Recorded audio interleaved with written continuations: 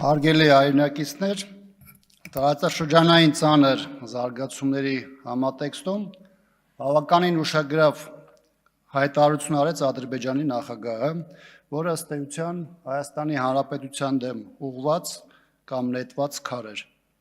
Կեղծ եւ մտածածին մեղադրանքներ հնչեցնելով Հայաստանի հասցեին ռազմական հանցագործություններ գործելու եւ օկուպացիա իրականացնելու հարցում Ալիևը հայտարարել է, որ հայերը միշտ պետք է վախենան, ինչպես դա հիմա է, որովհետև դա է ադրբեջանցիների խաղաղ ապրելու գրավականը։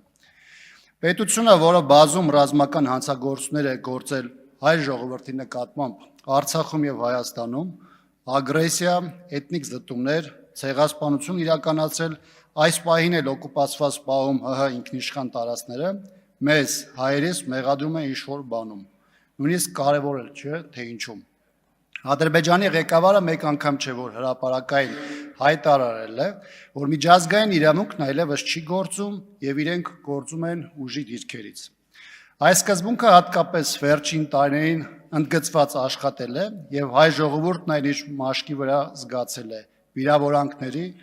հոխորտանքների, հարձակումների, մարդկային եւ տարածքային կորուստների ձևով։ Մի բան է, թե ինչ նարատիվներ ու մոտեցումներ է առաջ քաշում Ադրբեջանը, ինչպես է հայերին թշնամի համարելու ու ատելություն դրսևորելու ֆոնին խոսում խաղաղության մասին, մեկ այլ բան է, թե այս իրողությունները ինչպես են ընդունվում Հայաստանում։ Հասարակության ճնշող մեծամասնությունը համարում է, որ Ադրբեջանից հնչող սպառնալիքները, դրսևորող տարածքային հավակնությունները, ինչպես նաև շանտաժով խոսելն ու օրակարգ թելադրելը չի բխում Հայաստանի շահերին, ավելին այլ իր մեջ մեծ սպառնալիքներ է պարունակում։ Վստահ եմ, որ իշխանությունը էլ է գիտակցում, թե ինչ է Ադրբեջանի ուզածը եւ իր անհամաչափ զիջումները ինչ գին են ունենալու Հայաստանի համար։ Այլ բան է, որ հայաստանյան ռեժիմը ստորադասելով արտաքին վտանգներն ու սպառնալիքները իրականությունը ներկայացնում է լրիվ այլ տրամաբանությամբ ու գույներով, որտեղ առաջնահերթը ոչ թե հայի հավաքական շահն է, այլ ԿՊՆ կուսակցական ախորժակը, ոչ թե Հայաստանը, այլ մեր գլխին մուրճ ճոճողները,